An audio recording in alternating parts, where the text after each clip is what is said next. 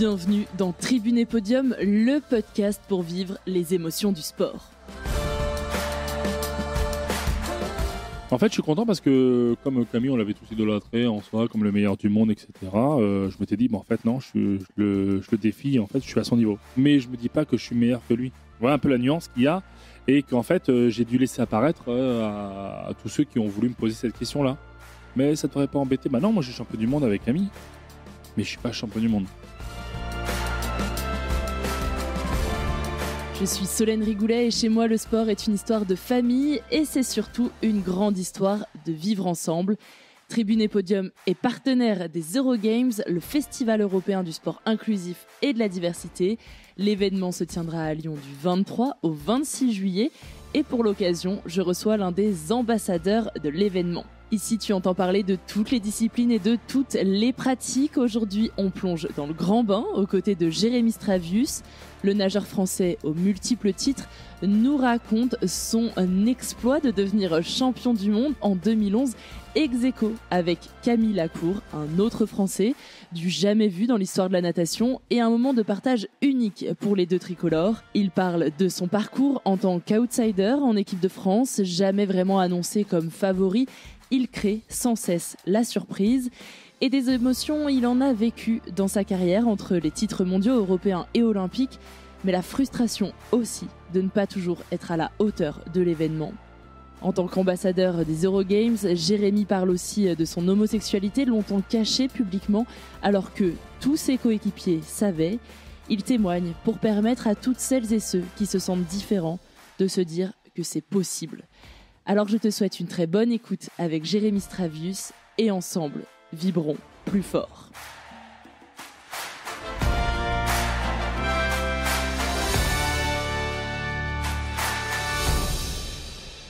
Moi, j'ai un grand frère et alors petite, je dois dire que je l'idolâtre. Comme toutes les petites sœurs, je pense. Je veux tout faire comme lui. Le hic, c'est que lui fait de la natation et à cause de problèmes de santé, moi, je peux pas en faire parce que j'ai pas le droit de mettre la tête sous l'eau. Alors, pour me mettre à son niveau et peut-être même l'impressionner, je regarde les compétitions avec lui. J'apprends le nom des nageurs par cœur. Je vais aussi le voir, lui, en compétition. Impossible donc de passer à côté de mon invité du jour, champion du monde, champion olympique et champion d'Europe. Rien que ça, j'explose de joie devant ma télé en 2011, mais il racontera cet événement bien mieux que moi. Jérémy Stravius est dans Tribune et Podium. Bonjour Jérémy. Bonjour Solène. Je suis vraiment ravie de te recevoir aujourd'hui. Je suis trop contente. C'est un peu la petite fille en moi là qui est un peu excitée.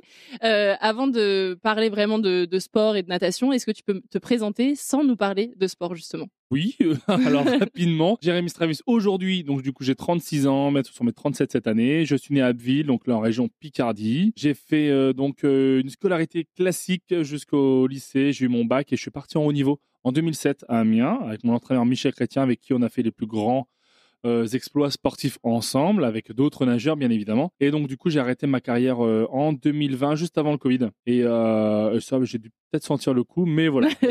T'as eu du nez. Voilà, c'est ça. Et du coup, ça fait 5 ans que je suis retraité. Et aujourd'hui, je suis gérant d'un bar sur Amiens, dans le centre-ville, qui s'appelle Le Point Bar. Et nous, on enregistre en ce moment. Voilà, c'est ça. Comment tu découvres la natation, petit ? Alors, c'est très simple. En fait, il fallait qu'on trouve une activité. Donc, je suis d'une famille d'accueil. Donc, je suis un enfant de la DAS. J'ai 6 frères et sœurs, entre guillemets. Donc, on est 7 en tout. Et j'étais en famille d'accueil avec un de mes frères et une de mes sœurs, et on habitait en face de la piscine. Donc, un peu, c'est l'échappatoire, si tu veux. Le temps libre qu'on avait, on n'avait pas le droit de passer dans la rue, on n'avait pas le droit de se balader, etc.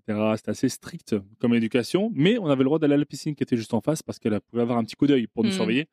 Donc, du coup, on a fait la natation, on faisait le club plus le public après. Donc, c'est comme ça que ça s'est fait et c'est comme ça que j'ai aimé la natation. Tu te souviens de ta première compétition, de ce que tu as ressenti Alors, je me souviens de ma première médaille. Je pense que c'était aussi une des premières compètes. Donc, c'était dans cette piscine-là, Fréville-Escarbotin, Belloise, ça s'appelle. Donc, dans le Vimeux, près de Saint-Valery-sur-Somme. Je me souviens de ma première médaille et de la fierté que j'ai eue quand je suis rentré, c'est-à-dire 50 mètres plus loin, à la maison, en montrant à ma nounou la médaille que j'avais gagnée. Et je t'avoue, c'est une fierté de se dire, j'ai eu ma première médaille. Je vaux quelque chose, en fait. C'est-à-dire que, voilà, je suis pas rien, je fais la compète et je suis peut-être compétiteur et j'aime ça. Et même si c'est peut-être une petite compétition départementale, il y a quand même ce truc de je suis montée sur la plus haute marche du podium. C'est ça, en fait, si tu veux, comme tout enfant, tout gamin, quand tu gagnes ta première médaille ou quand tu fais ta première victoire, Ouais, c'est une fierté et de se dire, en fait, c'est énorme ce qui se passe. Tu as fait une compète, tu as gagné, tu es le meilleur de ta catégorie du jour. Donc, bref, il y a beaucoup de choses qui se passent dans sa tête et de se dire, je pense que ça alimente l'effet de se dire, je continue la compétition, je continue le club. Et comment t'intègres après le haut niveau en fait parce que il y a énormément de personnes qui font de natation en France. Tout le monde ne devient pas nageur pro en équipe de France et avec tous les titres que toi tu as. Comment t'intègres ce haut niveau? En fait, je l'intègre très tard. C'est-à-dire que moi, je ne suis pas prêt à faire du sport de haut niveau. À l'époque, ma première compétition, je pense que j'étais 8 ou 9 ans, je pense, ma première médaille. Et finalement, j'atteins seulement le haut niveau à 19 ans, c'est-à-dire 10 ans plus tard. Alors pourquoi ce tard? En fait, je fais la natation avec ma grande sœur, qui a 1 an de plus, et mon grand frère, qui a 2 ans de plus. Lui, il va faire du haut niveau, c'est-à-dire qu'il va partir à Abil, qui est à 35 minutes de là où on est. Il va s'entraîner 10 fois par semaine, alors que moi, je suis encore à 3 ou 4 fois. Mais c'est pas ce que je veux. C'est-à-dire que je veux pas me lancer dans le sport de haut niveau, à nager tous les jours, tous les matins de bonne heure. Je savais à quoi m'attendre et en fait, j'étais pas prêt. J'étais trop jeune et j'avais pas la tête à ça. Moi, j'étais plus focalisé sur les études et la natation. En fait, quand j'y allais, c'était mon passe-temps et je prenais ça vraiment comme un plaisir. Avant tout, j'y allais pour m'amuser et pas pour être compétiteur. Sans me le reprocher parce que mes entraîneurs de l'époque me disaient beaucoup, tu t'amuses trop, j'étais viré. En fait, c'était facile pour eux de me virer parce que comme j'habite à côté, bon, ils savaient que j'allais pas, mes parents n'allaient pas venir me chercher. Je sortais, je faisais 50 mètres, j'étais chez moi. Mais j'étais beaucoup viré, je faisais beaucoup le pitre. Mais en fait, ce que j'aimais, c'était les copains. Je retrouvais les copains là-bas, les copines. Et voilà, le plaisir avant tout, pas la compète. Et du coup, si t'as pas ce truc de enchaîner les entraînements, les kilomètres, etc., est-ce que tu te prends quand même à rêver de certaines compétitions, de certains exploits, ou même en regardant certains athlètes, tu vois? Alors, pas du tout. C'est-à-dire que je me mets pas rêver d'équipe de France, de Jeux Olympiques, du même niveau que à l'époque, c'était Hugues Dubosc, Alain Bernard. Même avant, il y avait. Bon, mon premier fan d'ailleurs, premier nageur à qui on m'a fait comprendre que c'était un grand nageur national, c'était Franck Esposito. Donc, Franck Esposito, moi, quand je suis rentré en équipe de France, il était quasiment plus là. Enfin, ma première équipe de France, il a arrêté. Ouais. Donc, c'est en 2005. Je me rappelle très bien. C'était d'ailleurs quasiment le seul autographe que j'ai demandé. Ah oui. C'est Franck Esposito. Mais je me rappelle un jour l'avoir vu à la télé, ma nounou me disait, regarde ce nageur-là, c'est le meilleur nageur de l'équipe de France. Et là, je me dis, waouh, ok, bon, je retiens sa tête, etc. Et en fait, je commence à m'intéresser beaucoup à la natation sportive, donc du coup, les résultats. Donc, j'achète les magazines, toute la natation, etc., les résultats. Et là, je m'intéresse vraiment au niveau, mais sans plus. C'est-à-dire que je ne veux pas forcément rentrer dedans, quoi. Ça me plaît, mais niveau compétition, moi, je ne me vois pas rêver de ça. Et quand est-ce que tu te prends au jeu, en fait? Parce qu'à un moment donné, quand tu enchaînes les entraînements plusieurs fois par jour et que tu es vraiment au niveau international, c'est que tu as décidé de jouer le jeu, quoi. Bah ouais, c'est-à-dire qu'en fait, de ce que je faisais par rapport aux entraînements et nombre d'heures que je faisais, c'était bien payé quand même. Je faisais de très bons résultats pour ce que je faisais. Donc, tant mieux, je veux dire, il n'y a pas besoin de plus. C'est-à-dire que je nageais plus vite que, par exemple, mon frère qui était en sport-études, qui nageait 10 fois semaine. Et moi, je nageais que 3-4 fois. Donc, en termes de kilomètres, ce que je faisais en une semaine, il le faisait en une journée. Bon, ça les... Ça devait l'agacer, lui. Ouais, franchement, ça l'agaçait eux et tout le club, d'ailleurs, de là où ils étaient. Et en fait, je me dis, écoute, tant que je suis meilleur, autant continuer. Mais après, mes entraîneurs, voilà, alors les entraîneurs, pas officiels, c'est-à-dire que c'était que des maîtres nageurs. Ils n'ont pas de diplôme d'entraîneur, mais ils faisaient ça par passion. Comme moi, un petit peu, j'ai voulu toujours nager par passion. Et à un moment donné, à 16-17 ans, j'étais le meilleur de ma catégorie d'âge. Donc là, je me dis, il y a peut-être un truc à approfondir. Ouais. Et ils sont pris au jeu, ils ont commencé à, eux, étudier sur ce que c'était l'entraînement, sur ce que c'était l'affûtage, c'est-à-dire la préparation d'avant-course, ce que c'était les compétitions. Et en fait, ils se sont un peu passionnés par le haut niveau, mais tout en restant dans mon petit club formateur. C'est-à-dire que Friville-Escarbotin, on est 5000 habitants à l'époque. Oui, donc tu n'avais pas besoin de partir, quoi. Du tout. Et en fait, tant que j'avais pas le bac, je m'étais dit, je pars pas tant que j'ai pas le bac. Et c'est-à-dire qu'en fait, je faisais des stages avec l'entraîneur d'Amiens, donc Michel Chrétien, qui par la suite sera mon entraîneur, parce que c'était des stages régionaux et puis puis comme j'avais le niveau, j'y allais. Et il m'a dit, ça serait bien que tu viennes à Amiens. Et je me suis dit, écoute, j'ai pas encore le bac, je suis en première, donc pas cette année. Il m'a dit, ok, bon, je redouble ma première. Et finalement, je passe en terminale. Je passe le bac et là, je suis au rattrapage. Et en fait, quand je passe le rattrapage, la première personne qui m'a appelé, c'est la femme de mon entraîneur qui m'a demandé, est-ce que tu as ton bac? Est-ce que tu as ton bac? Il t'attend. Ouais, c'est ça en fait. Et là, je lui ai dit, oui, c'est bon, je l'ai. Et là, donc, du coup, ils savent que je vais venir à Amiens. Donc, je viens l'année prochaine, la saison prochaine. Donc, c'était 2 mois après, c'était en septembre 2007. Et là, c'est bon, j'ai commencé à entamer ma carrière, entre guillemets, de nageur de niveau. Et donc, tu arrives un peu tard pour un nageur pro. Très, très tard. Aujourd'hui, c'est même pas accepté. Parce que, oui, en fait, il y en a, ils ont déjà pas mal de médailles à cet âge-là. Bien sûr. Pour remettre un peu de contexte, parce que je t'ai demandé quelle date avait été cruciale dans ta carrière, toi, tu as évolué à une période où il y a eu beaucoup de changements au niveau réglementation. En 2008, les nageurs, ils nagent tous en combi et c'est l'époque Alain Bernard, on va dire, en équipe de France. Et en 2012, 4 ans plus tard au jeu, il n'y a plus personne en combi, c'est interdit, c'est retour du maillot, point à la ligne, quoi. Donc toi, tu évolues dans ce contexte-là. Comment est-ce que tu l'as vécu justement, cette transition de matériel? Parce que on a l'impression presque qu'il n'y a que votre corps comme matériel, mais c'est pas le cas. Parce que là, ça jouait un peu sur les performances et du coup, on l'a vu, il y a des athlètes qui ont percé en 2008 et qui derrière n'ont rien refait quand il n'y a plus la combi et inversement aussi. Donc comment toi, tu as vécu ça?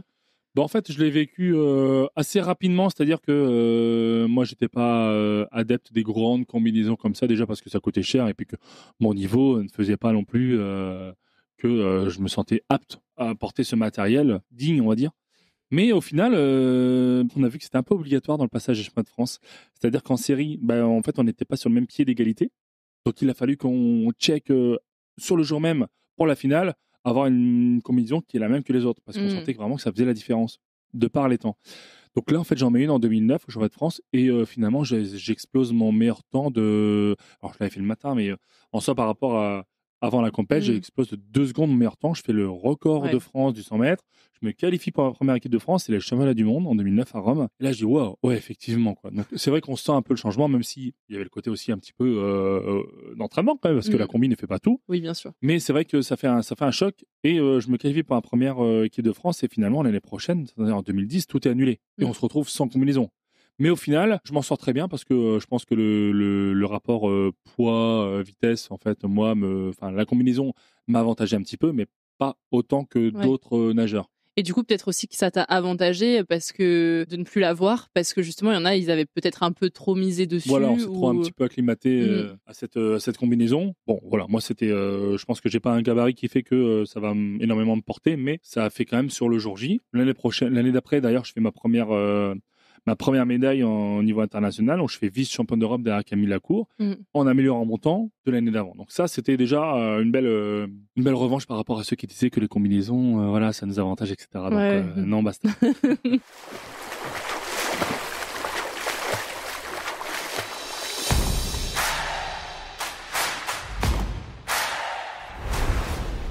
Fin juillet 2011, j'ai parlé de cette date parce que c'est la date un peu cruciale qui a fait un petit peu c'était un peu le tournant de ma carrière, entre guillemets. On est en fin juillet 2011. On s'apprête à disputer les championnats du monde 2011. Quelques mois auparavant, on a vu nos sélections en équipe de France et Camille Lacour éclate son meilleur temps. Bref, il a 52 secondes 30 et quelques. C'était à Strasbourg. C'est un peu la star de l'équipe à ce moment-là, non ? C'est la star, en fait. Il a été une icône juste l'année d'avant, en 2010, parce que, voilà, via la gueule qu'il a... Enfin, la gueule. Sa gueule d'ange, t'as le droit de dire. Merci d'avoir trouvé le deuxième mot. Mais c'était un peu sa gueule d'ange par rapport aux journalistes. Et puis en fait, la médiatisation qu'il a eue cette année-là, ça a été assez ouf pour lui. En soi, moi, puis je suis assez, il fait record d'Europe. Moi, je suis assez loin derrière. Je suis relégué à plus d'une seconde.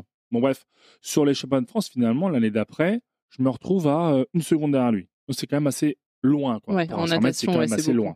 Lui, il a 2 dixièmes de son record d'Europe, c'est encore le favori. Donc en fait, on aborde les championnats d'Europe, les championnats du monde, en 2011. Lui, il l'aborde comme le favori. Et tout le monde l'aborde comme le favori. Moi, je suis à 53,3, lui à 52,3. Bref, sur ce coup-là, il n'y a pas photo. Et en fait, au final, les séries se passent. Je fais mon meilleur temps dès les séries, 53,3. Donc, tu te sentais bien ce jour-là ? Je me sentais très bien. Mais pendant toute la semaine, je me suis senti bien. Dès l'échauffement, j'étais vraiment, je survolais l'eau, quoi. Les séries se passent, Camille derrière. Bon, on verra comment ça se passe, ces demi-finales. Je me pose pas de questions. Est-ce qu'il s'est relâché ? Bref. Je fais plus d'une demi-seconde de mieux l'après-midi. 52,7. Et là, je suis dans la même seconde que Camille Lacour. Et là, c'est plus une seconde derrière. Là, je suis même pas 4 dixièmes. Je suis 3 dixièmes derrière lui par rapport à son meilleur temps. Et lui, toujours derrière. C'est-à-dire qu'il a plus de 53 secondes. Donc là, c'est moi qui l'aurais à 4-5 dixièmes derrière. Je sens que c'est pas ouf dans sa tête, qu'il n'est pas à son meilleur niveau. T'en parles avec lui ? En fait, non, pas avec lui. Lui pense qu'en fait, il se cache et puis qu'il joue avec moi et qu'il va faire croire qu'en fait, il s'est relâché alors que non. Mais il me dit, t'as toujours été naïf sur ça parce que je pense que j'ai gagné avec ça alors que pas du tout. Je vais raconter la suite. Je passe en finale. J'ai le meilleur temps d'engagement, le meilleur temps de la finale. Ligne 4, ligne du milieu. Moi, j'ai Camille Lacour et tout. Je stresse, mais un stress positif. J'ai envie d'y aller. je tremble, bref. Mais en même temps, je me pose pas du tout de questions parce que je sens que je suis le meilleur. Et en fait, parfois ça s'explique pas. c'est ça quoi. Alors à la limite, si j'avais stressé, si j'étais pas en pleine forme et si j'avais pas du tout géré ma finale, bon, j'aurais fait moins bien que la finale. La demi-finale. Or, pas du tout, je fais le même temps que la demi-finale. 52-76. Et on arrive ex aequo avec Camille Lacour. Improbable. Improbable, chose qui n'est jamais arrivée dans l'histoire de la natation mondiale. C'est-à-dire que deux nageurs arrivent ex aequo, mais du même pays. Devant Jérémy Stravus, Cyril n'est que 7ème, Tancock à la ligne d'eau numéro 1 et 3ème. Seulement 8 centièmes d'écart entre les deux nageurs français. Oh, ça va se jouer entre les deux Français a priori. Attention à Tancock en haut de l'écran à la ligne d'eau numéro 1. L'avantage pour Camille Lacour, Jérémy Stravus qui s'accroche. Camille Lacour est toujours en tête pour la première médaille d'or de l'histoire pour un nageur français. L'avantage à Camille Lacour, attention au retour de Tancock. Ça se joue à la touche entre Lacour et Stravus. Camille Lacour et Stravus. Et à l'égalité. Ils sont tous les deux médailles d'or. 52-76, le même chrono. Il y aura deux Français sur la plus haute marche du podium. Ryosuke Irie est 3ème. Donc sur la même édition, c'est arrivé sur le 100 mètres, il me semble, deux nageurs, mais pas du même pays, arrivent ex aequo. Mais là, deux Français. Et puis deux Français qui, pour la première fois, vont chercher ce titre qu'aucun Français n'avait jamais eu. On n'avait jamais eu champion du monde français, donc masculin, bien sûr. Parce que la première féminine, c'était Roxana Maracinanu. Moi, je savais même pas cette anecdote-là. C'est-à-dire que on est champion du monde, je suis champion du monde, ex aequo, et en même temps, il n'y avait jamais eu avant. Alors oui, là, c'est surprenant, on me l'apprend sur le coup, mais en même temps, à partir du moment où j'ai touché le mur, où j'ai gagné avec Camille, et une heure après, il s'est passé tellement de choses, mais c'était un véritable marathon. C'est le marathon de la récupération, le marathon médiatique, le marathon antidopage. Il y a tout, c'est-à-dire que dans la demi-heure, je pense que j'ai eu un agent. J'ai dû récupérer et j'ai dû faire face aux journalistes, à la télé, faire face justement aux anecdotes entre guillemets sportives sur le fait qu'on soit champion du monde ex aequo pour la première fois. Il y a TF1, il y a France, bref, il y a tout le monde, tous les médias sont là et je me dis mais en fait j'ai gagné une course comme je pourrais gagner un championnat de France, pas du tout. Là, on est dans une autre dimension. Oui, c'est vrai qu'en fait, quand on voit la première et la deuxième place, on se dit, ils font. Enfin, même pas, en fait, il n'y a pas de deuxième place, c'est les championnats de France. En fait, on a fait les interviews tout le temps à deux. Ouais. Tout, BFM, bref. Et là, plus ça va, et plus je me dis, voilà, c'est beaucoup, en fait. Et en fait, je ne suis pas projeté sur ma prochaine course. Je vis le moment présent. Mais tant mieux, parce que je pense que des moments comme ça, il faut en profiter. Mon entraîneur, par contre, là, il vient voir, il dit, allez, on met les stops. Bam. Tu vas faire ça, tu vas récupérer, tu vas t'hydrater, tu vas prendre des barres énergétiques, et bref. Tu fais tout bien, tu vas te reposer, tu te couches tôt. Tu verras les journaux demain, mais bref, c'est sûr que la une de l'équipe, je l'ai vu que le lendemain, très tard, en fait. J'avais pas le droit de le voir plus tôt, parce que c'était, je ne dis pas de bêtises, c'était le deuxième jour des championnats du monde. Oui, puis toi, tu as d'autres courses derrière, en fait. Ouais, c'est ça. Donc, la veille, on est vice-champion du monde du 4x100. Ouais. Et le lendemain, je suis champion du monde. Il y a beaucoup d'autres courses qu'il fallait que je fasse. Et au final, ça s'est très bien passé. Très belle semaine. 3 médailles. Donc, comment tu vis le fait de gagner à deux alors que c'est un sport individuel, en tout cas sur ce format-là? Est-ce qu'au fond de toi, tu n'as pas envie de le célébrer tout seul? Alors, pas du tout. En fait, sur le coup, je suis content parce que, comme Camille, on l'avait tous idolâtré en soi, comme le meilleur du monde, etc. Je m'étais dit, en fait, non, je le défie. En fait, je suis à son niveau. Mais je me dis pas que je suis meilleur que lui. Voilà un peu la nuance qu'il y a. Et qu'en fait, j'ai dû laisser apparaître à tous ceux qui ont voulu me poser cette question-là. Mais ça t'aurait pas embêté? Bah non, moi, je suis champion du monde avec Camille. Mais je suis pas champion du monde solo. Et ça m'a joué un peu des tours par la suite, mais en même temps, comme j'avais pas tellement envie non plus de me mettre en avant. Je suis pas très médiatique, je suis pas très du genre de nageur. C'est l'avantage du coup de gagner avec Camille, c'est que Camille a un peu plus cette habitude-là. En fait, cet avantage et auquel je n'aurais même pas aimé avoir cette situation de favori, de leader, de en soi, les sponsors, etc. Moi, je n'aurais pas aimé avoir cette vie-là. Ouais, toi, t'étais là pour faire ton sport. Là, il s'avère que ça paye. C'est ça. Chill, je fais ma passion. Enfin, je vis de ma passion. Cool, j'en profite. Je gagne, j'en profite avec les proches avec qui je suis tous les jours. Et basta. Après, le reste, ceux qui veulent savoir, ils me posent des questions. Je suis là pour eux, je suis présent. J'ai jamais dit non à un autographe ou une photo, etc. J'adore ça d'ailleurs, donner un peu de mon image et donner du temps aux autres, parce que c'est le jeu aussi. Ouais. Mais à part ça, voilà, c'est vrai que je vis ma vie tranquille, quoi. Ça change quoi pour toi? Parce que c'est les championnats du monde avant l'année olympique. Donc, il y a peut-être aussi quelque chose qui vient s'immiscer dans le cerveau de se dire « Ah, il y a peut-être quelque chose à faire à Londres. » En soi, c'est eux qui me l'ont dit. J'ai jamais pensé aux Jeux de Londres en me disant je vais être champion olympique quand j'étais champion du monde. Beaucoup de personnes me l'ont dit, me l'ont mis en tête, alors que moi je vivais étape par étape. Si tu veux, le champion du monde. Après, le champion du monde, c'est quoi? Bah, il y en a qui vont me dire les Jeux. Bah, moi, c'était les vacances. Ouais. après C'est les là où mondiaux. on retrouve le mec chill. C'est ça, en fait. On attend tellement, en fait, on a cravaché pendant de début septembre jusque là, on est début août au Shanghai. Qu'en fait, on a besoin de 2-3 semaines de vacances. Et moi, je pense qu'à ça, aux vacances. Je pense pas à l'année d'après, aux Jeux, quoi. Bon, ça m'a porté préjudice dans le sens où j'ai pas assez bien géré. Alors, est-ce que c'était l'entourage? Est-ce que c'était j'étais pas assez prêt pour les journalistes? Est-ce que j'ai passé trop de temps? Est-ce que j'étais trop gentil?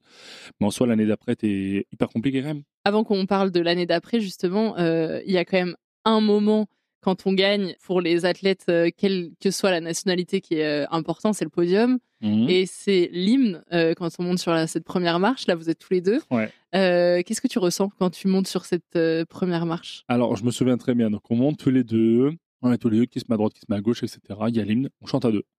Bon, sur le coup, moi, je suis hyper fier de chanter la Marseillaise. Mais en fait, j'entends Camille Lacour qui chante aussi. On n'est pas des grands chanteurs.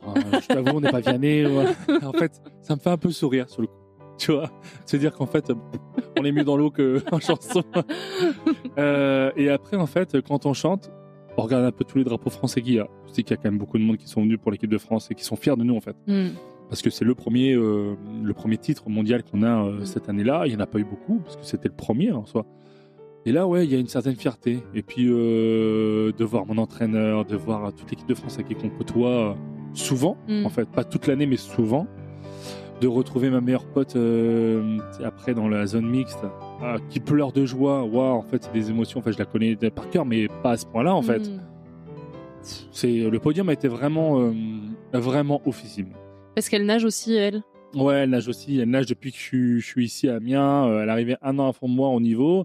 Et en fait, on a un destin commun tous les deux, c'est qu'on se lâche pas. Il y a des phénomènes dans la vie qui fait qu'on sera liés pour toujours.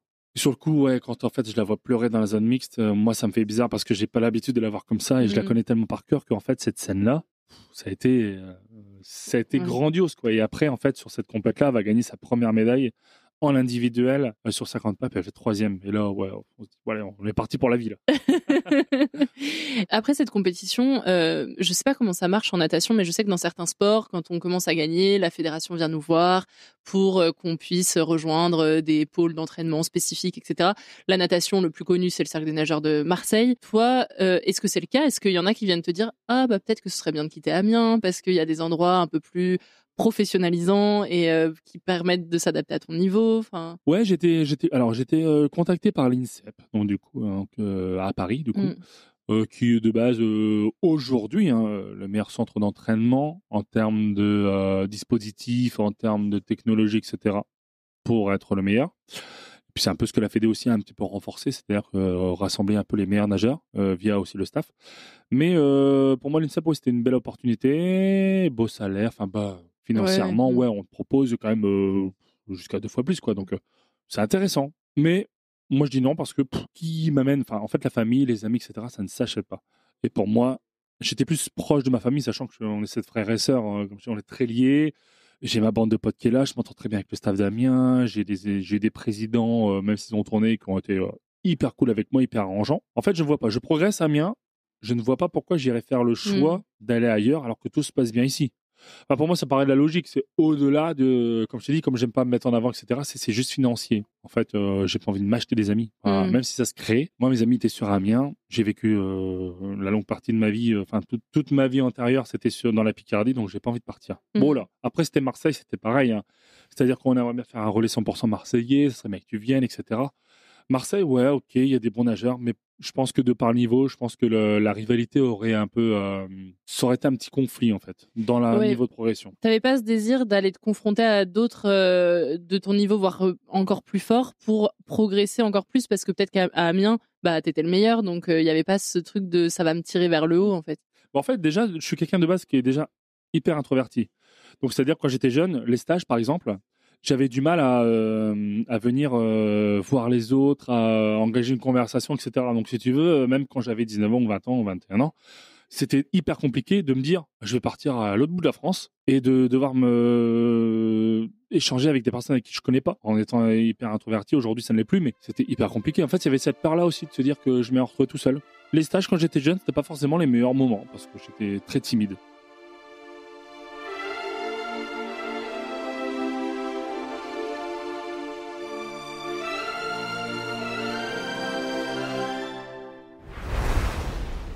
La surprise du vainqueur des championnats de France. Parce que plusieurs fois, on attendait beaucoup les têtes d'affiche, style Alain Bernard, Camille Lacour en dos, Fabien Gillot en crawl, ou Benjamin Césus à l'époque. Et en fait, dans les commentaires, tu écouteras, ce soit en 2009, en 2015, etc., sur le sando, le sondage libre, c'est toujours Camille Lacour, Benjamin Césus. Oh non, Jérémy Stravus. Alors, il vient de où celui-là? Bref.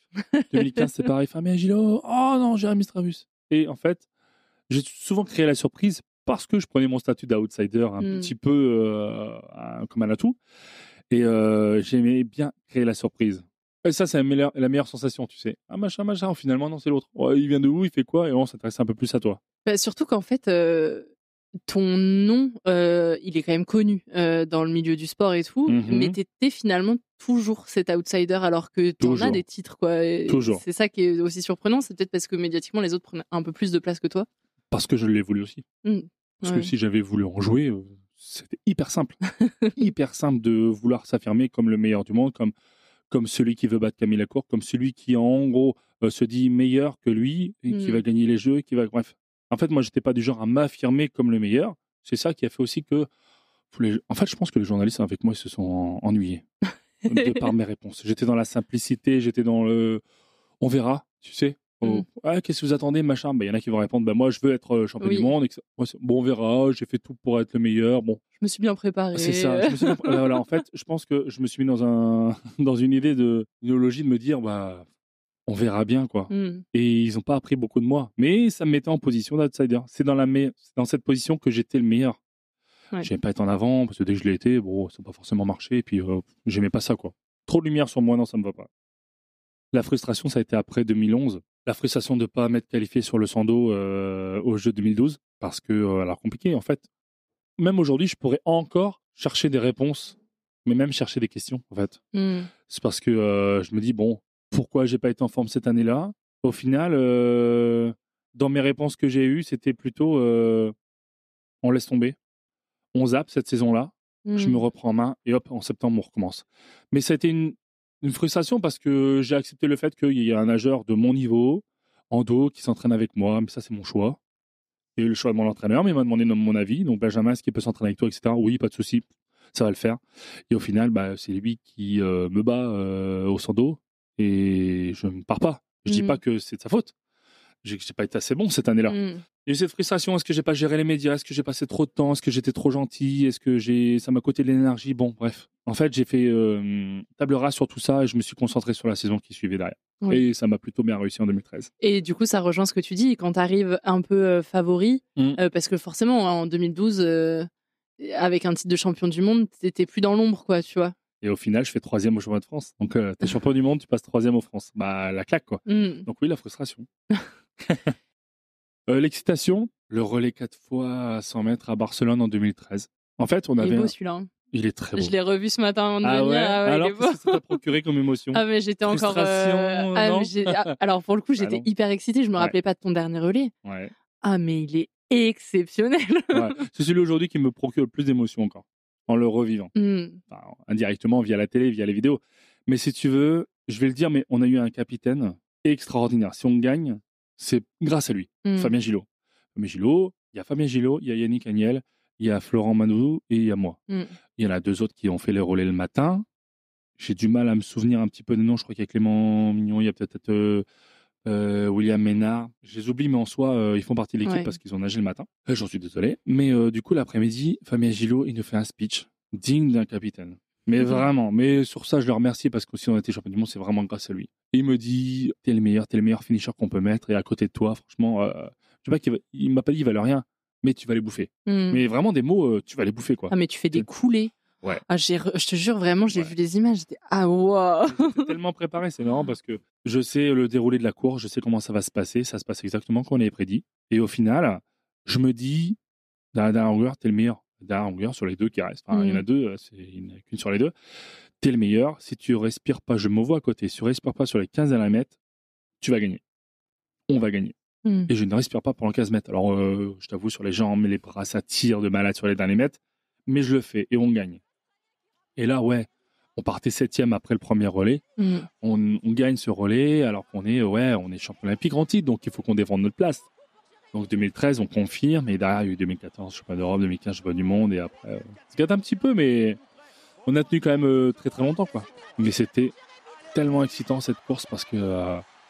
c'est un relais, t'es spectateur, t'es acteur. En fait, t'es tout, en fait. T'es tout. Jérémy qui est revenu à la même hauteur que les Américains.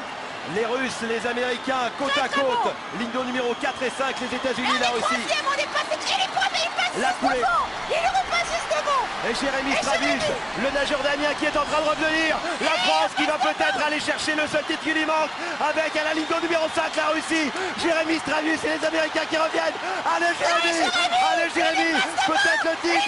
Les Français, champions olympiques et champions du monde. Miraculeux, exceptionnel, sensationnel. Les Français ont réussi un exploit colossal. Champion du monde, un an après le titre olympique. L'exploit stratosphérique, il a été stratosphérique. Jérémy Stravus dans le dernier relais. Imaginez, il a nagé très très vite pour aller cueillir. Et justement, en parlant relais, toi, c'est comme ça que tu deviens champion olympique, en courant les séries du relais victorieux, donc le soir. Ouais. Toi, tu fais pas cette finale. Comment tu vis le fait d'être champion olympique sans avoir couru la finale, et en même temps, si vous vous qualifiez pas en série, il y a pas de finale, tu vois. Donc après, c'est un discours de entre guillemets de nageur de série, de remplaçant entre guillemets qu'on peut avoir. Forcément, on se rassure un petit peu toujours sur ce phénomène, mais c'est vrai que quand je fais la série du 4x100 et du 4x2, parce qu'après on me met sur la touche, c'est dur parce que je me dis que j'ai ma place et je me dis que je suis en forme. Mais en même temps, je suis fautif de ne pas avoir été bon, comme je te disais, sur les championnats de France. J'ai pas été bon. J'ai loupé mes championnats de France et du coup, c'est ce qui me vaut ma place l'après-midi. Alors que, en soi, j'avais le niveau pour être en finale des Jeux. Mais le résultat aurait rien changé, je pense. Tu vois, sur le 4x2, on avait trop d'avance et trop de retard en même temps sur les premiers. Que je concours ou pas, même si j'avais fait un meilleur temps que celui qui a eu ma place, c'était Grégory Mallet au 4x2. J'aurais peut-être pu nager plus vite, mais ça ne change rien au résultat. Donc en soi, c'est une déception sur le coup parce que je me sentais apte à faire la finale, mais de l'autre côté, faut accepter le fait de ne pas avoir été bon. Est-ce que tu as quand même cette fierté de dire je suis champion olympique, ou tu as un peu ce goût de cette médaille, elle n'est pas vraiment à moi ou... Non, parce que je reviens de loin. Je me rappelle qu'au championnat de France, sur le 100 mètres, je dois finir dernier sur le 100 mètres. Je ne sais même pas si je fais une finale, tu vois, pour te dire, je nage 50, je crois. J'ai pas ma place dans un relais olympique, mais pas du tout. Et en soi, on me donne une seconde chance. Et c'est là qu'il y a eu l'épisode des ils ont été repêchés. Alors, on en a pris plein la gueule. Je peux dire que sur les sélections des championnats de France 2012, le DTN, quand il a repêché entre guillemets, repêché, nous, on avait interdiction de dire repêché pour ceux qui étaient repêchés, ce mot-là. Alors qu'en soi, c'était un peu ça. On a repêché. Alors là, c'était les remarques à tout va dans le machin. C'est pas normal. Même les nageurs s'y mettaient aussi. C'est pas normal de repêcher des gens. Bon, il y avait la jalousie un petit peu à cette époque-là. Mais surtout que vous étiez dans une époque... Je ne sais pas si c'était l'époque dorée de la natation française, mais un peu quand même. Oui, c'est-à-dire qu'il y avait encore... C'est l'épisode de la natation dorée, mais en même temps, il y avait cet épisode de la natation aussi de rivalité entre Marseille, Antibes. Laure Manodou qui revient à cette époque-là, 2012, elle gagne le 200 d'eau, elle fait 2,6, elle est devant Alexandre Castel, bref, ça fait beaucoup de jalousie. Ça marque ça. Et franchement, il y a eu des bruits qui n'ont pas été très très bons dans les médias sur cette période-là. Ouais, ça vous impacte tous. Tous. Alors qu'en soi, franchement, quand on se retrouve à Londres, on était tous heureux d'y être. Pas du tout la même ambiance entre club et équipe de France, ça n'a rien à voir. Et du coup, voilà, moi j'ai foiré. J'ai été, entre guillemets, repêché, le mot que je ne dois pas dire, mais j'ai de la chance. Entre guillemets, ils m'ont fait confiance. Et quand j'y suis allé, j'ai tenu bon, c'est-à-dire que j'ai assuré ma sélection. Je pense que j'ai arrêté complètement le dos parce que je n'étais pas qualifié en dos. J'avais que le 4x100 et le 4x2. Et j'y suis allé, et puis j'ai gagné ma place. Et ça, j'en suis très fier. Donc c'est une fierté. Je reviens de loin pour cette année-là. Et je peux dire merci au DTN qui était là cette année-là, c'était Christian Donzé. Donc, top, merci. Qu'est-ce que tu ressens quand tu reçois cette médaille d'or olympique qui... Je sais pas au sein des athlètes, mais en tout cas au niveau médiatique, c'est vraiment le Graal ultime pour les sportifs de manière générale. Sauf si on fait du foot, ça va être la Coupe du Monde, mais en l'occurrence en natation, c'est l'or olympique. Qu'est-ce que tu ressens quand tu reçois cette médaille? Tu vois, tu nous dis ta première médaille, que tu étais hyper fière, tu te dis je vaux quelque chose. Ouais. Est-ce que des années plus tard, c'est toujours ce même sentiment qui prône? Bah en fait, c'était la même journée, le soir même. Je reçois ma médaille d'or olympique avec l'équipe de France. On s'était retrouvés pour une réunion. Une réunion classique, comme on fait tous les jours, d'après-course, d'après-journée. Et en fait, du coup, on a les médailles à remettre, machin. Et là, ils me remettent la médaille d'or via le DTN, du coup, via le président de la Fédé, il me semble. Bref, il y a un peu tout le monde. Oui, parce que toi, tu montes pas sur le podium. Non, je monte pas sur le podium. Du coup, je la reçois vraiment dans le village olympique, dans une salle. Bref. Mais toute l'équipe de France était là. Donc c'est sûr que ça fait plaisir. C'est pas la même émotion, je t'avoue. J'étais pas non plus submergé par l'émotion en me disant que je reçois une médaille devant mes coéquipiers, alors que si j'avais été sur le podium à chanter la Marseillaise, rien à voir. Mais il y a quand même ce côté où tu te dis, waouh, tu découvres vraiment pour la première fois. Je la touche parce que j'en ai pas touché avant. J'ai pas touché, j'ai pas regardé celle des autres. C'est une médaille olympique, c'est une médaille d'or, elle a gelé pour moi. Ouais. Donc en fait, elle vaut quand même quelque chose. Elle vaut beaucoup pour moi, c'est sûr. C'est un résultat de longues années, d'efforts, etc. Et tout sportif aimerait avoir une médaille olympique. C'est le rêve, le Graal. Donc je l'ai eu. Et je me dis, je l'ai eu. Et c'est pas fini. Il y a 4 fois de derrière. Donc sur le coup, la médaille d'or, elle fait beaucoup, beaucoup de bien.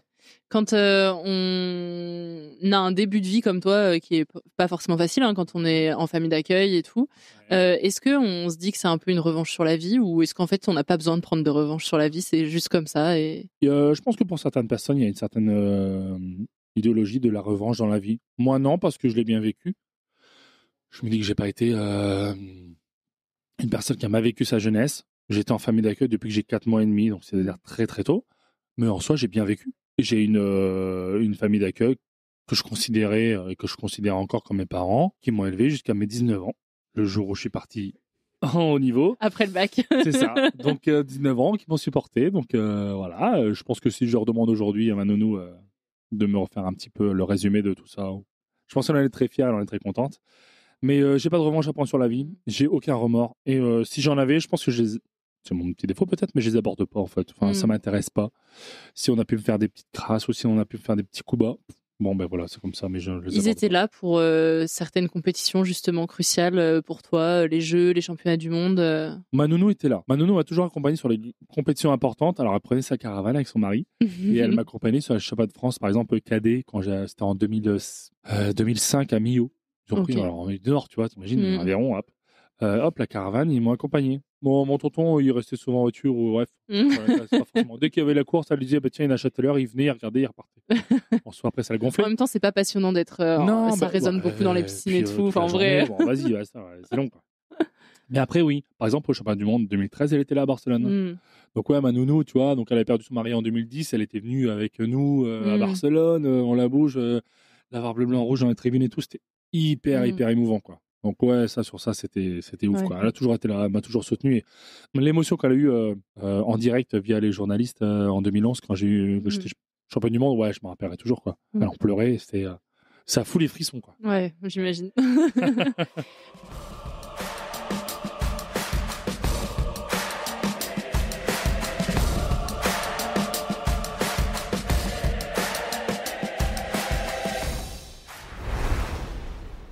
Pour parler aussi un peu de la fin de ta carrière, alors ça va être une fin en accéléré, on va dire. En 2016, au championnat de France, tu fais tes meilleurs résultats.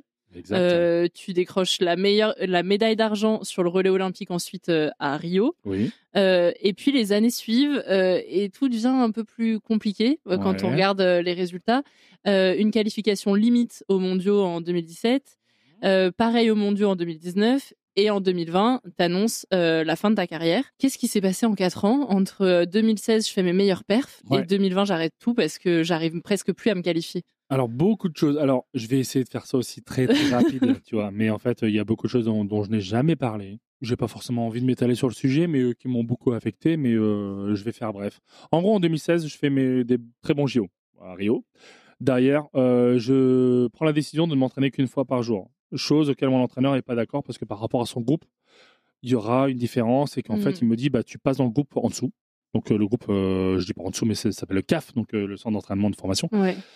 Ok, je m'entraîne une fois. Et je fais du water polo pour ma passion. De septembre à décembre, je prends une demi-saison pour penser à moi un petit peu. Mais en même temps, je fais quand même 2 fois sport par jour. 31 décembre 2016, je me casse le poignet au ski. Je pars au ski. Ça, c'est fou parce qu'il y a beaucoup de contrats de sportifs où c'est interdit de faire du ski. Exact. Nous, c'est déconseillé.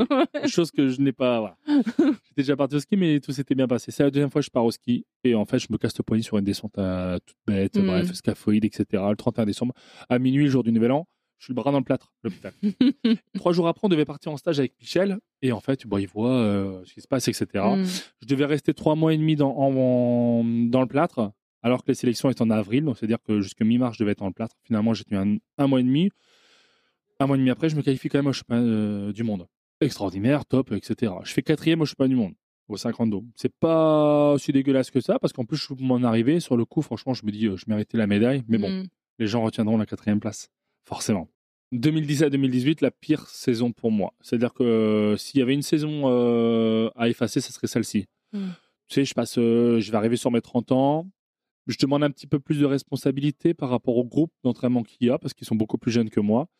Et j'aimerais aussi nager un petit peu moins et faire beaucoup plus de muscu, c'est-à-dire changer de façon de m'entraîner. Ce auquel mon entraîneur ne veut pas. Il ne veut pas parce qu'il ne veut peut-être pas se casser la tête à faire des entraînements différents et il veut un entraînement pour tout le monde. Bref. Et ça, c'est compliqué parce qu'avec ce que je peux comprendre avec un entraîneur et tout un groupe, c'est hyper compliqué.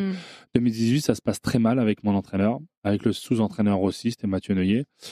Et au final, en fait, je passe des championnats d'Europe très limites, on se parle quasiment pas, on fait pas de débrief, enfin, même pas débrief, on fait même pas de discours d'avant-course. Avant ma finale du 50 dos, on n'en parle pas l'après, on est champion d'Europe et tout ce qui me trouve à vivre, c'est bien, t'as fait le taf. Bravo, t'as fait le taf. Bon, c'est limite quand on est champion d'Europe, tu vois, après tout ce que j'ai vécu pendant 10 ans, c'est très dur. Et au final, fin des championnats d'Europe, on se quitte parce que je savais qu'on n'allait plus être ensemble l'année prochaine. On se quitte, il me dit, on aura le temps d'en parler. Il me dit, c'est l'aéroport. On aura le temps d'en parler plus tard. On n'en a jamais reparlé. Jamais. C'est un truc qui m'a quand même beaucoup affecté. Et au final, j'ai été un peu viré d'Amiens l'année d'après parce qu'on m'a dit, je te conseille de ne pas rester à Amiens parce qu'il y a trop une différence entre toi et mes nageurs, ils sont jeunes, etc. Donc, la seule option, c'est de partir. Donc, moi, j'ai décidé de chercher un autre club, quoi. Et au final, quand je suis parti dans le club, on m'a mis un peu dehors et on m'a dit, Amiens, c'est terminé pour toi, quoi. Donc, ouais, c'est dur, quoi. 18, 19, hyper complexe. Et en fait, 2019-2020, la dernière année que j'ai fait, je me suis un peu endetté via la facture qu'il fallait dépenser pour l'installation et le club de Nice, etc. Moi, j'avais ma maison à Amiens, il fallait que je paye une maison, bref. Et en fait, personne ne m'avait aidé sur là-dessus, quoi. Donc, en fait, j'ai tout payé de ma poche. Et je me dis, pour l'après-carrière, s'endetter maintenant, non, j'ai pas envie. Donc, autant bien préparer mon après-carrière et autant arrêter maintenant. Et franchement, le côté financier a fait que c'est vraiment ça aussi qui m'a fait prendre la décision d'arrêter de nager. Tu sentais pas d'aller jusqu'aux Jeux de Tokyo? Oui, je pouvais le sentir, ouais. Mais financièrement, je ne pouvais pas. C'est un côté où j'ai pas voulu faire de mal à personne, j'ai pas voulu dénoncer des personnes, j'ai pas voulu parce que je suis pas comme ça, je suis pas de nature à dire toi t'es une mauvaise personne, toi tu m'as jamais aidé, etc. Mais en fait, avec le temps, peut-être la vieillesse qui fait que, mais j'ai pas envie de me cacher aujourd'hui. Moi, je dis les choses, c'est vrai. Je me suis endetté à Nice et clairement, je ne voulais pas commencer une seconde carrière. Alors dans le côté pro, mais à me dire, je pars de zéro, quoi, en fait. Parce que qui nous aide à partir du moment où on arrête la carrière? Personne. Est-ce qu'il y avait aussi, on le dit, tu vois, tu as toujours été un peu dans l'ombre des stars de l'équipe, un peu outsider, même si tu as des titres et tout, hein, ça on ne les remet pas en question. Est-ce que aussi le fait qu'il y ait des nouvelles personnalités qui arrivent sur le devant de la scène de la natation française, je pense à Florent Manodou par exemple, qui à ce moment-là devient la star petit à petit, est-ce qu'il y a ce truc de en fait, moi, on viendra pas m'aider, on viendra pas me chercher, que j'arrête ou que je continue, ça va leur faire ni chaud ni froid, en fait. Oh, c'est ça. Il y a eu ça. Alors, j'ai pas pensé forcément des personnes, mais oui, il y avait par exemple d'autres nageurs comme Maxime Grosset, Johan Endo, etc., Charlotte encore qui était là.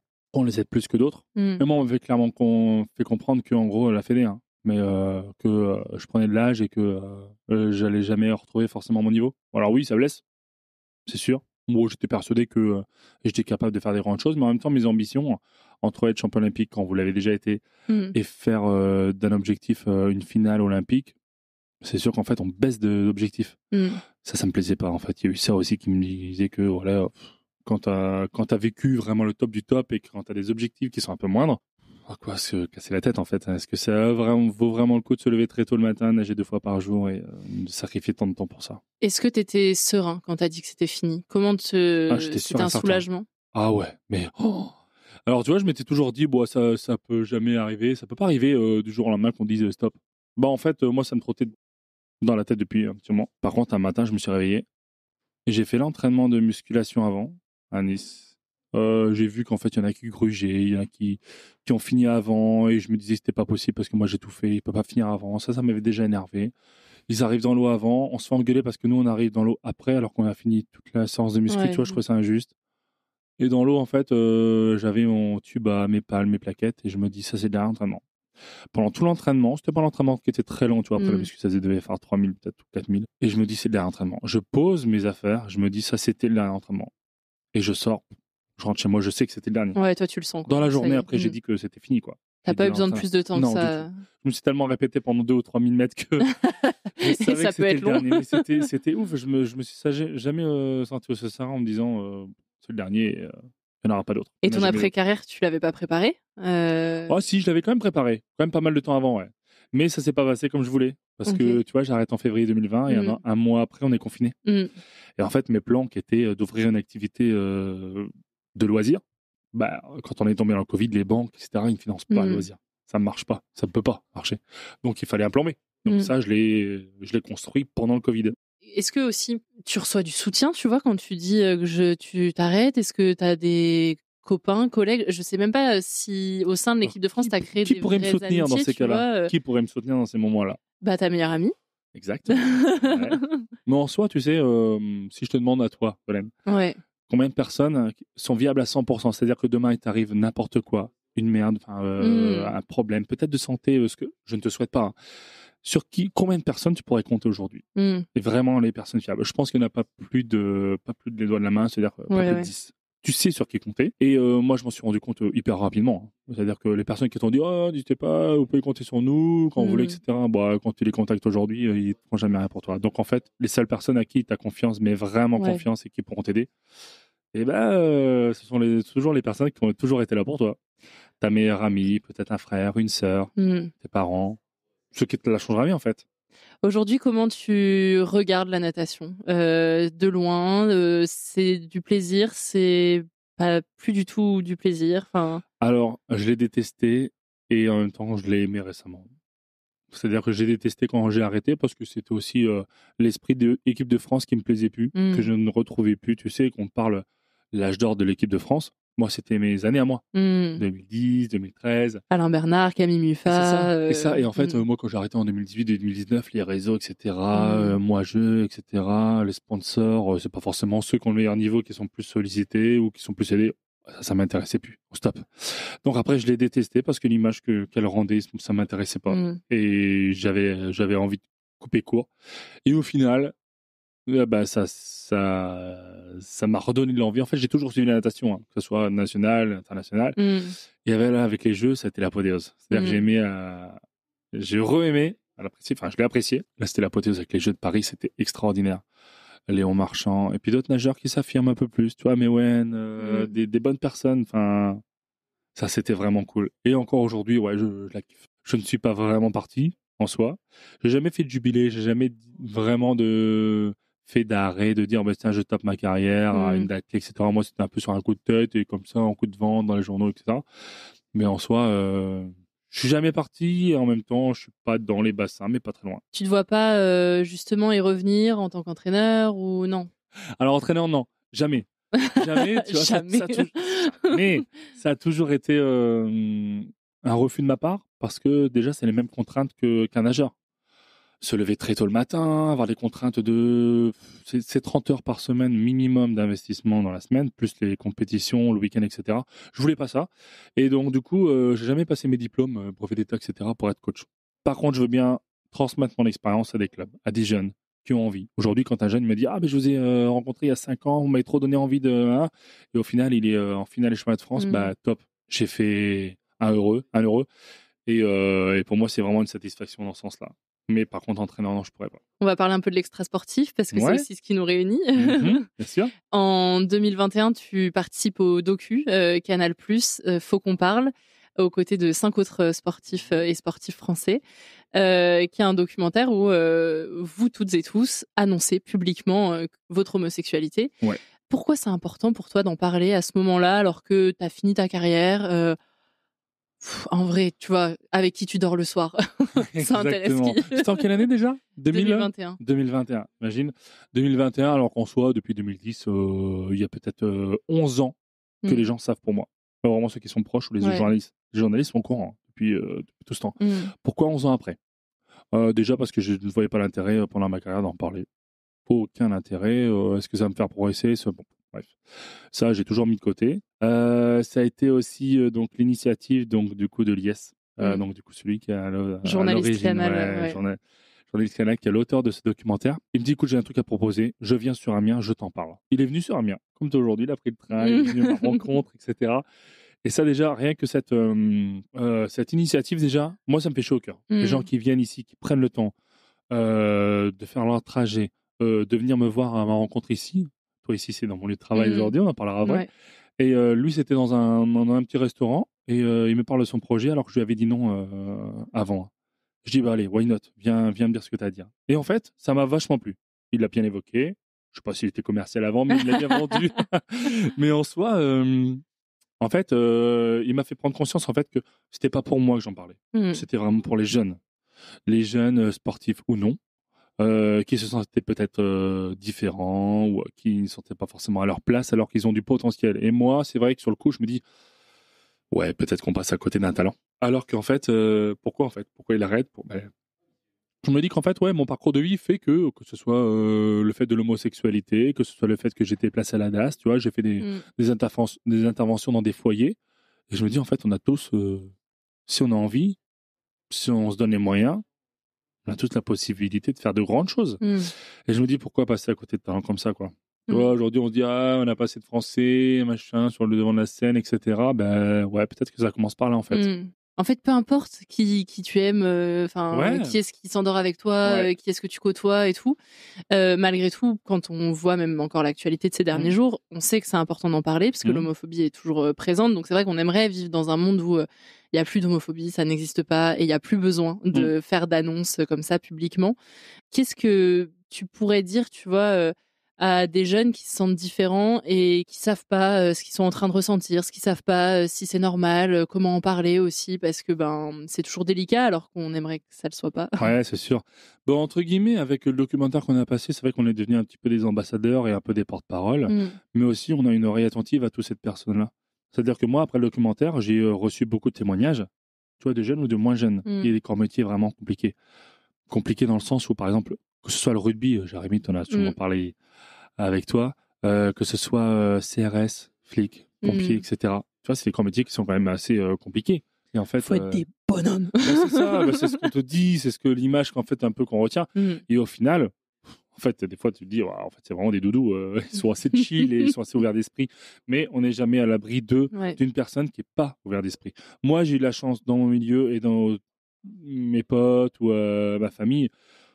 J'ai toujours eu cette appréhension-là quand je leur annonçais de me dire mais comment ils vont le dire, enfin comment ils vont réagir, alors qu'en soi que je le connais, j'aurais été surpris qu'ils réagissent mal. En fait, non. Donc tout est paru normal, mais chez d'autres personnes, non. Ça dépend de la situation aussi dans laquelle on a vécu, et des personnes auparavant, etc. Bref, mais voilà, qui nous en parlent aussi. Je pense qu'on peut être une belle oreille pour eux.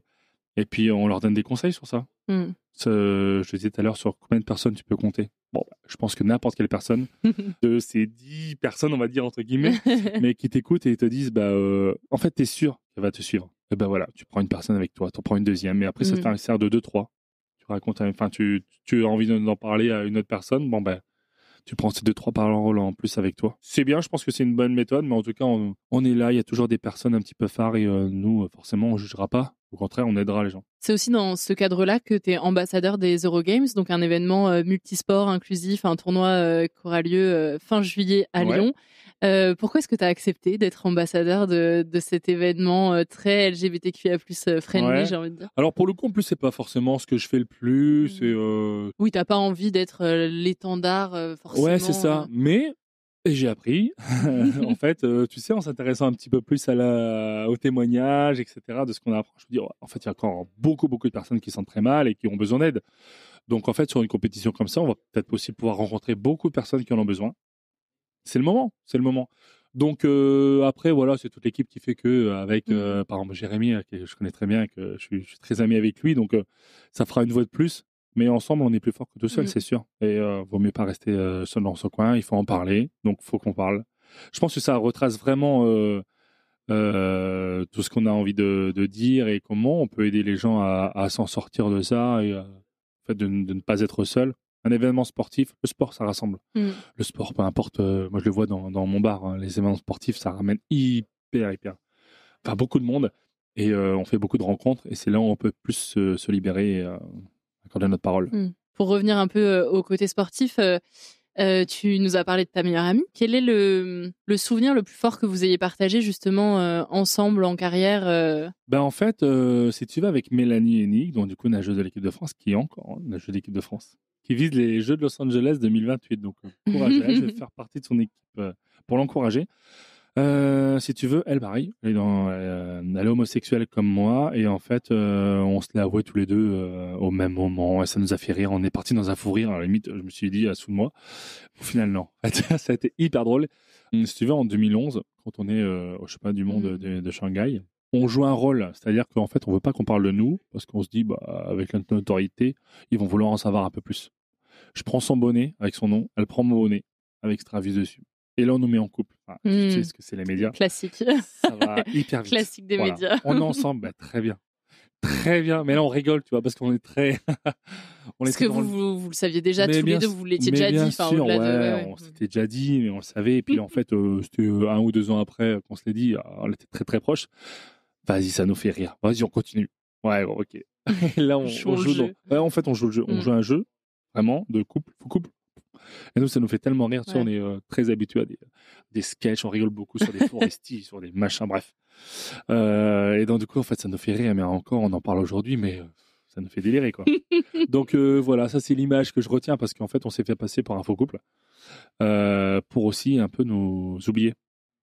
On peut se dire, voilà, en fait, on veut pas leur avouer notre homosexualité. Et en fait, tu sais, il y a quand même des journalistes qui sont bienveillant et humain en soi. Et ça, je le conçois énormément parce que moi, j'ai beaucoup d'amis journalistes. Tu sais, parmi les 10 personnes, là, il y a des journalistes.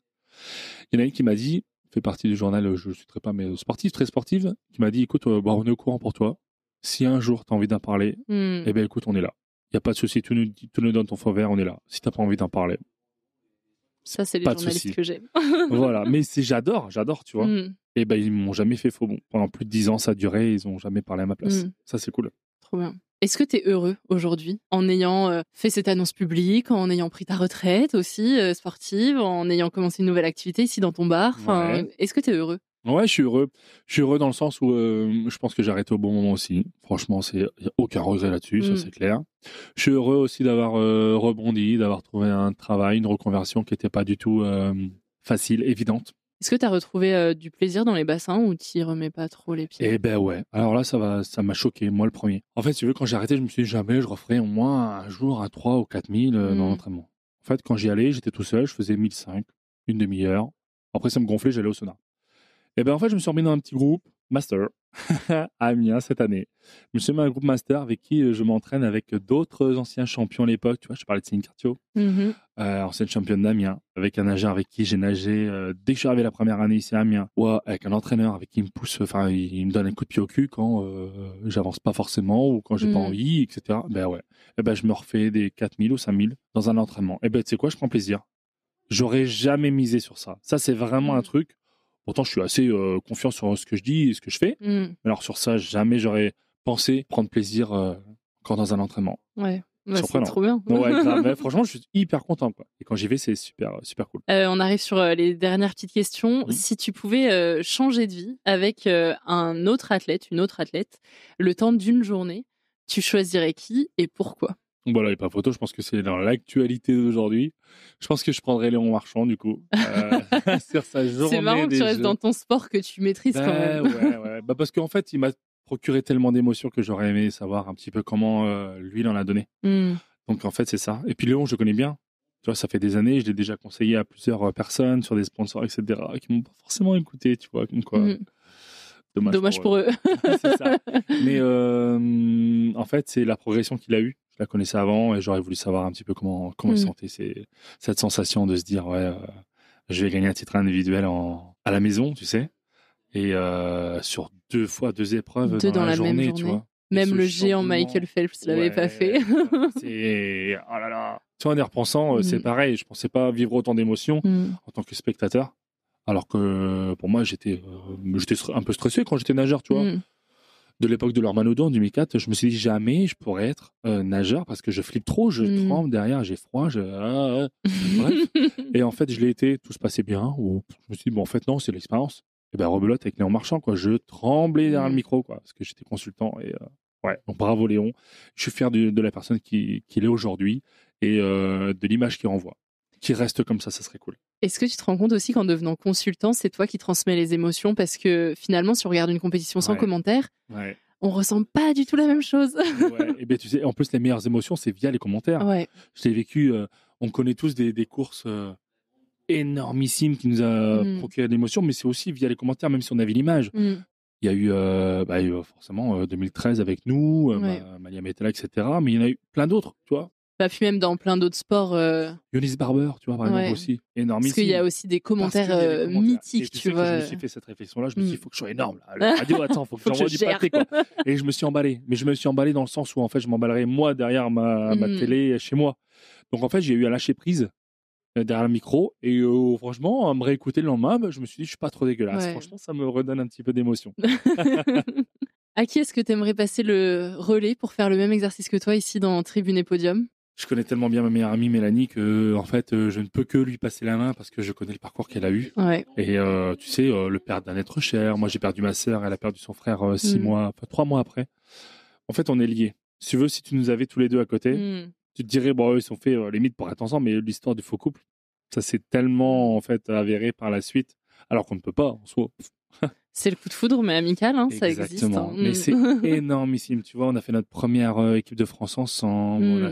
On a eu des hauts, des bas, et au final, on se retrouve toujours, en fait. Et sur ça, je me dis, le destin existe, et avec Mel, c'est dingue. Et alors, j'attends Mélanie à ce micro, avec grand plaisir. Je dirais. Un immense merci à toi pour ton temps et ton témoignage. Et puis, on se voit à Lyon fin juillet. On se voit à Lyon. À très vite.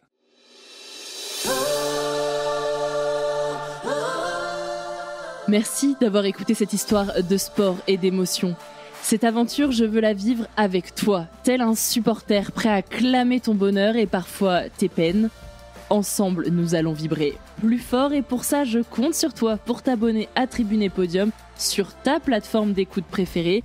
Je suis très curieuse de savoir quel athlète tu aimerais entendre dans ce podcast, alors dis-le-moi en MP sur Instagram, sur le compte Tribune Podium, ou tout simplement en laissant un avis sur Apple Podcast ou Spotify. On se donne rendez-vous tous les mardis pour découvrir des histoires humaines dans Tribune et Podium.